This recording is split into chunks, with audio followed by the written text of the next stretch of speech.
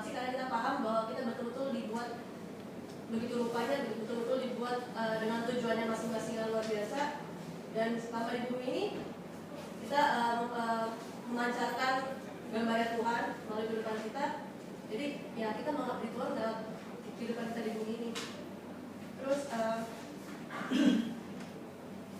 dan juga untuk segala wewenang, kemampuan, kekuasaan, akal budi yang Tuhan berikan untuk mengolah bumi ini, kita wajib mengolahnya dengan tanggung jawab. Karena apa? Sebenarnya kalau kita mau flashback, seringkali manusia jatuh kenapa sih? Karena dia menyalahgunakan kuasa yang diberikan oleh Tuhan. Jadi seperti sudah diberikan mandat untuk mengolah bumi, tapi yang dilakukan malah eksploitasi, jadi tidak seimbang. Ya itulah bentuk pemberontakan kita. Ya sebenarnya kita tidak boleh melakukan itu karena kita tidak diciptakan seperti itu. Terus jadi intinya kita diciptakan dengan hubungan yang dekat dengan pencipta, kita diciptakan dengan akal budi, kuasa, kemampuan untuk mengelola dunia. Jadi dalam artian simpelnya kita kayak minta kerjanya Allah di bumi ini. Ya itu sih dari selanjutnya. Ada apa? Oke, untuk hakikat manusia sudah dijelaskan lagi. Ada pertanyaan tentang manusia?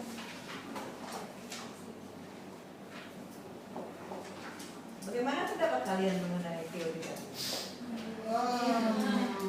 Yang bawa manusia berasal dari monyet. Sekarang kita juga masuk akal. Dia mana pasti ketemu ya. Kode genetik binatang sama sekali berbeda dengan kode genetik manusia. Iya.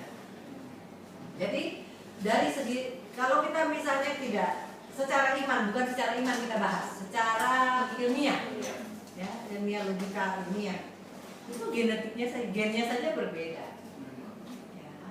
Jadi bagaimana mungkin bahwa ya memang tadi saya bilang ya mungkin monyet masih besar sama monyet. Katakanlah orang hutan, gorila yang badannya juga besar yang bisa berdiri 2 kaki. Saja yang logikanya tadi dikatakan bahwa gennya saja berbeda. Tidak mungkin sama. Nah, tapi kenapa Darwin sampai mempunyai pikiran seperti itu ya?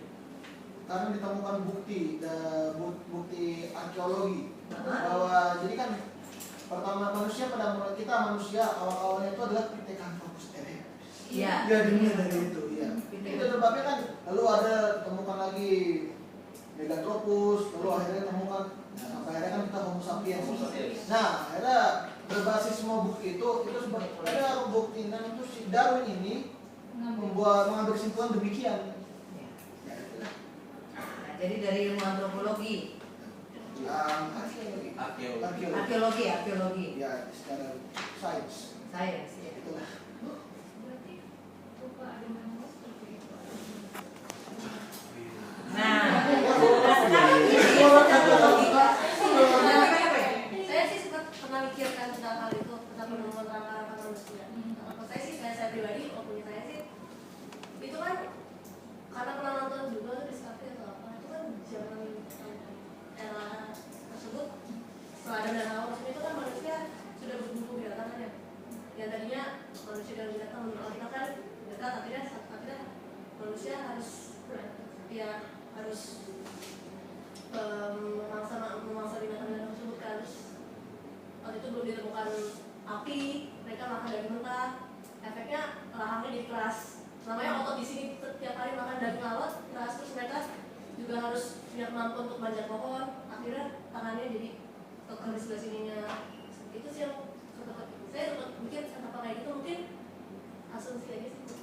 Jadi mungkin karena lingkungan pada saat itu membuat mereka fisiknya seperti menyerupai monyet, tapi sebenarnya bukan. Iya. Artinya karena kebiasaan itu kalau ada yang kalian ada yang nge-gym nggak di sini, yang olahraga? Waktu SMP pernah. Ya, akhirnya coba deh. Mungkin yang tadinya kecil gitu, apalagi mungkin yang cowok-cowok ya, yang laki-laki, perempuan juga. Yang mungkin kecil yang nggak ada otot, tapi kan tiap hari nge-gym angkat berat, kan akhirnya beda badannya. Yeah. Dan bisa menjadi membesar gitu kan, jadi ototnya jadi kuat. Kalau kita lihat siapa namanya tuh? Adera, iya. Iya kan? Terlalu gede juga. Ya bukan, maksud ibu itu bisa dikembangkan otot itu dengan gerak kita, iya kan? Seperti itu. Nah jadi dengan iman sekali lagi kita mengakui bahwa Tuhan sendiri yang menciptakan, Allah yang menciptakan manusia. Tetapi pemikiran-pemikiran manusia untuk mengaitkan ilmu-ilmu arkeologi, terus kaitannya dengan antropologi, kemudian nanti dengan psikologi, satu hal. Kalaupun misalnya bentuknya sama, secara kejiwaan, secara naluri dan insting itu akan beda antara manusia dengan